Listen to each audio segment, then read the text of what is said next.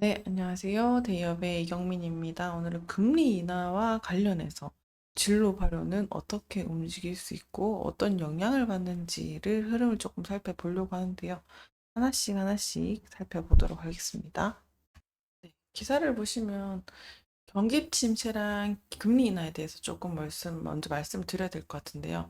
경기 침체는 경제 활동이 둔화되고 실업률이 증가하면서 또 소비랑 투자 활동이 감소되는 시기를 말하죠. 그래서 이런 시기에는 중앙은행이랑 금리 인하를 통해서 경제 부양을 하려고 합니다.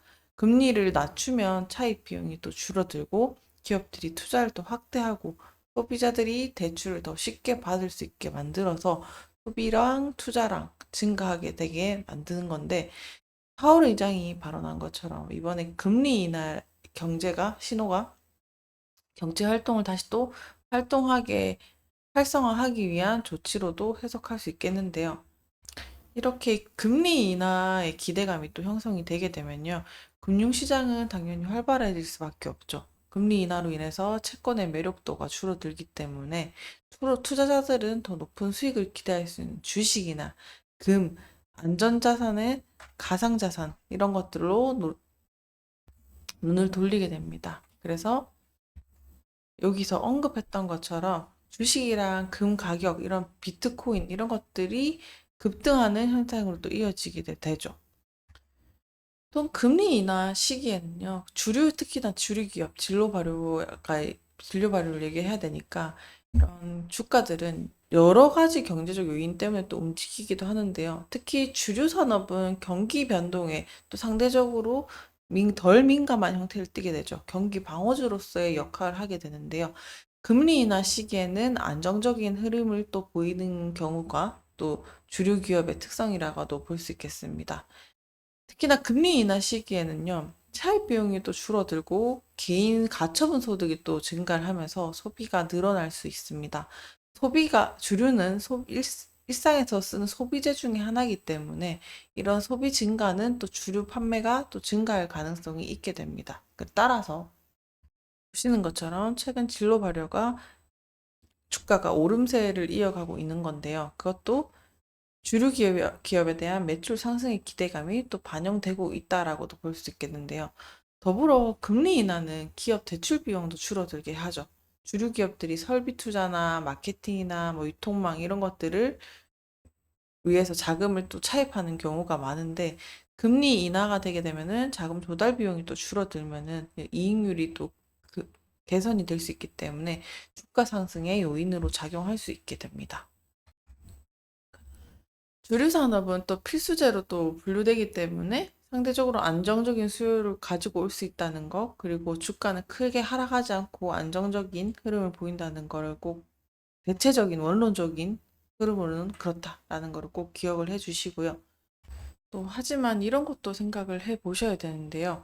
경기 침체가 우려되는 또 상황에서 금리나 소비 둔화 이런 것들이 소비자 지출에 또 반대로 부정적인 영향을 미칠 수가 있게 되는데요. 이제 경기 둔화 시기에 또 필수 소비재 같은 경기 방어적인 성격을 가진 것들은 상대적으로 또 안정적으로 실적을 유지할 가능성이 있지만 또 경기와는 상관없이 이렇게 유지할 수 있다는 게 장점이기도 한데요.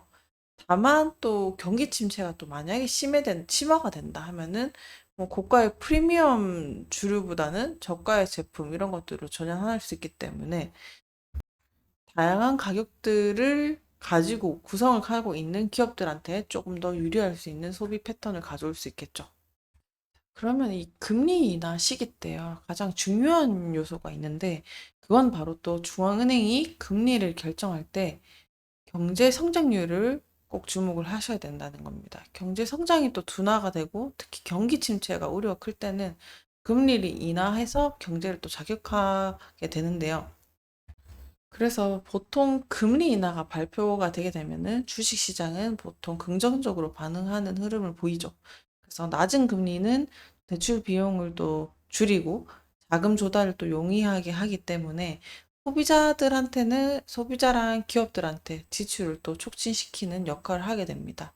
하지만 또 금리 인하가 또 이미 시장에 반영이 됐을 때는 큰 반응을 보이지 않기 때문에 그런 부분을 꼭 참고해 주시길 바랍니다.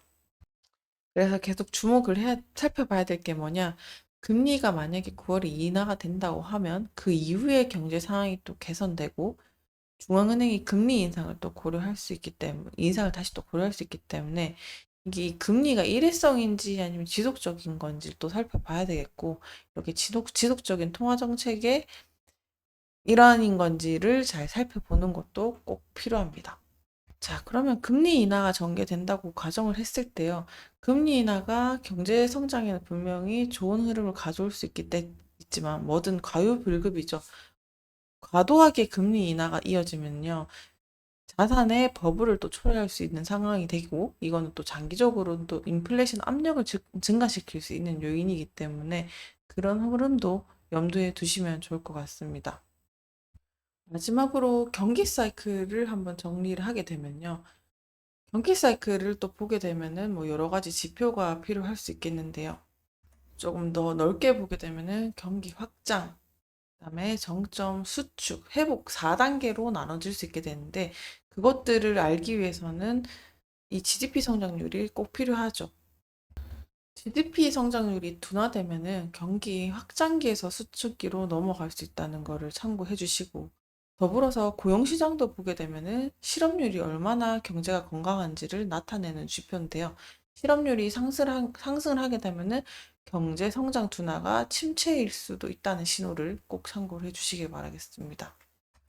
더불어서 페드의 금리 정책, 그러니까 중앙은행이 금리 인상이나 인하하는 사이클에 큰 영향을 또 미치게 되는데요. 금리 인상은 일반적으로 경기 과열을 또 방지하기 위한 조치고, 또 금리 인하가 경기 부양을 또 목표로 할 때 또 경기가 또 둔화될 가능성이 있다는 것을 꼭 참고를 해 주시고요.